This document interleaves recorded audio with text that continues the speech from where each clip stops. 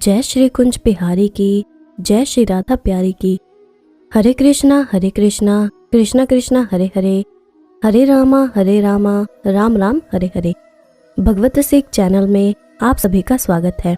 हरि के प्यारे भक्तों, आज हम जानेंगे कि मनुष्य को अपने जीवन में गुरु से जुड़ना क्यों आवश्यक है। मगर उससे पहले अगर आपने अभी तक इस चैनल को सब्सक्राइब नहीं किया है तो जल्दी से इस चैनल को सब्सक्राइब करें ताकि नई वीडियो अपलोड होते ही आपके पास उसकी नोटिफिकेशन आ जाए और आप सबसे पहले उस वीडियो को देख सको।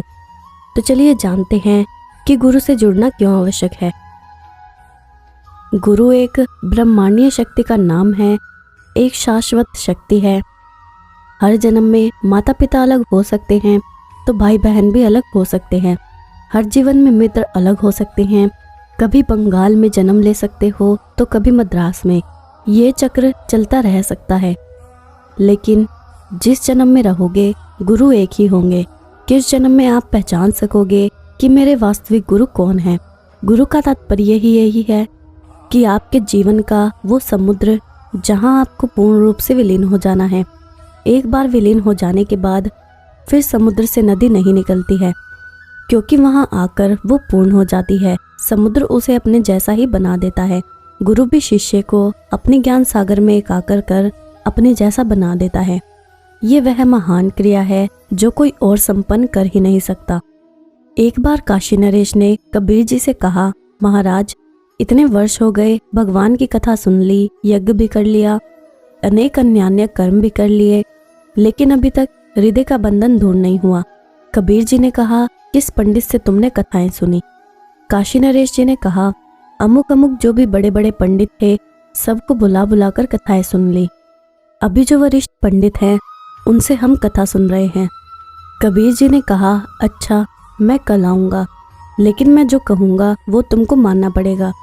काशी नरेश जी ने कहा, जो आज्ञा महाराज। कबीर जी दूसरे दिन राज दरबार में पहुँचे और राजा से बोले, 2 घंटों के लिए मेरी हर आज्ञा का पालन होना चाहिए, अपने मंत्रियों से भी कह दो। राजा ने कहा, जो आज्ञा। राजा ने सिर झुकाया और अपने सभी मंत्रियों से कहा कि संत कबीर जी जो भी आदेश दें उसे तुम मेरा आदेश समझकर तत्काल पालन करना। कबीर जी ने मंत्रियों को आदेश दिया, राजा को इस खंबे से बांध दो और कथा करने वाले पंडित को उठाकर उस सामने वाले खंबे से बांध दो। मंत्रियों ने आदेश का पालन करते हुए राजा और पंडित को पृथक पृथक खंभों पर बांध दिया। तब कबीर जी ने कहा, राजन तुम बंधे हुए हो तो इस पंडित से कहो कि आकर तुम्हें छुड़ावे।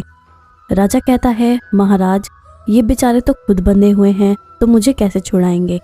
तब कबीर जी कहते हैं, ऐसे ही ये पंडित देह के अहंकार तथा अन्य विशेषताओं में बंधा है और सोचता है कि मैं पंडित हूँ, फला हूँ, लेकिन अपनी गहराई में आत्मा में तो गया ही नहीं। फिर भला मुक्त कैसे हो सकता है। जिसके खुद के बंधन दूर नहीं हुए वो औरों के बंधन क्या दूर करेगा। बंधे को बंधा मिले, छूटे कौन उपाय, सेवा कर निर्बंध की जो पल में दे छुड़ाए। जो स्थूल सूक्ष्म और कारण शरीर से पार आत्मा परमात्मा में पहुँचे हैं, ऐसे ब्रह्म ज्ञानी की सेवा कर तो वे पल भर में ही छुड़ा देंगे। उपदेश मात्र से हृदय को आनंद और ज्ञान से भर देंगे। निर्बंध पुरुष ही हृदय को बंधनों से मुक्ति दे सकते हैं, जो बंधा है वो नहीं दे सकता। निर्बंध पुरुष ही संत कहलाते हैं, क्योंकि उनके जन्म मरण के बंधनों का अंत हो चुका है। गुरु कहते हैं कि गुरु से जुड़ने के बाद शिष्य के अज्ञान, पाप, दोष आदि खत्म होने लगते हैं और रक्त की हर बूंद, हर सांस, प्रत्येक धड़कन में गुरु चिंतन, उद्देश्य और प्रेम के लिए तड़पन होने लगती है। तो गुरु शिष्य कहते हैं, बता दो तो बूंद नहीं, समुद्र की लहर है जो असंख्य नदियों के वेग को थामे हुए हैं। तू केवल समुद्र की लहर ही नहीं, तू तो समुद्र में समाई हुई है। जैसे जैसे शिष्य में उच्चता के भाव पर गाढ़ होने लगते हैं और पवित्रता रोम रोम में समाने लगती है, समस्त न्यूनता के भाव जैसे काम, क्रोध, मोह, लोभ, अहंकार आदि समाप्त होकर एक निश्चल भाव अपने आप में आता है, तब वो गुरु कृपा का पात्र हो जाता है। और उसमें जब चैतन्य आ जाती है तब गुरु स्पष्ट करते हैं कि याद रखना, तुम सदैव लहर बने रहना। बूंद की कल्पना उचित नहीं, उसे सदा भय बना रहता है। कहीं अंगारे पर ना गिर जाऊं और उसी खाक में ना मिल जाऊं। काम ना आती बूंद किसी की प्यास बुझाने के, लहर नहीं बन पाती है किसी के मन को रिझाने के लिए। इस कसौटी पर गुरु अपने शिष्य को खरा उतरने के लिए अनेक प्रयास करते हुए उसका मार्गदर्शन भी करते हैं। याद रखना सदैव तुम, मेरा आना तुम्हारे लिए ही है। जिसका गुरु के प्रति यथार्थ प्रेम जागृत हो जाता है, वह उनके सिद्धांतों पर चलता जाता है, उसे आत्मसात करके उनके हृदय को तृप्ति देने का प्रयास करता है। पूज्यपाद गुरुदेव कहते हैं, मुझे प्रणाम तो सहस्त्र योगीजन प्रतीक्षण कर ही रहे हैं, उसमें यदि तुमने भी एक प्रणाम अर्पित कर दिया तो मुझे कोई अंतर नहीं पड़ने वाला। किंतु यदि तुमने अपने हृदय का मुख प्रेम मुझे अर्पित कर दिया तो वह मेरे जीवन की पूंजी होगी। ये मुख प्रेम केवल सींग बनकर ही संभव हो सकता है। मेमनों की तरह मिमियाने घिघियाने से कदापि नहीं। दुर्बलता और दैन्य से गुरु नहीं मिलते। स्वयं को पापी पतित मानने से भी गुरु नहीं मिलते। वरन जो ये सब कुछ एक झपटे में साफ कर देता है उसे मिलते हैं। सिंह अपने आखेट के लिए योजनाएं नहीं बनाते, मचान नहीं बांधते, दूरबीनों की गणना नहीं करते, अपितु निश्चय करके उठते हैं और अपना इच्छित प्राप्त कर ही लेते हैं। तो आज हमने जाना कि मनुष्य को अपने जीवन में गुरु से जुड़ना क्यों आवश्यक है। अब मैं आपको श्री हरि के एक सच्चे भक्त की कहानी सुनाती हूँ। कहते हैं कि अगर भगवान को सच्चे मन से जपो तो वो शीघ्र प्रसन्न हो जाते हैं। फिर चाहे आप ईश्वर को किसी भी नाम से याद करो या उनका जप करो। भगवान विष्णु के एक ऐसे ही सच्चे भक्त की कहानी है। एक बार एक सीधा साधा अनपढ़ गंवार किसान था।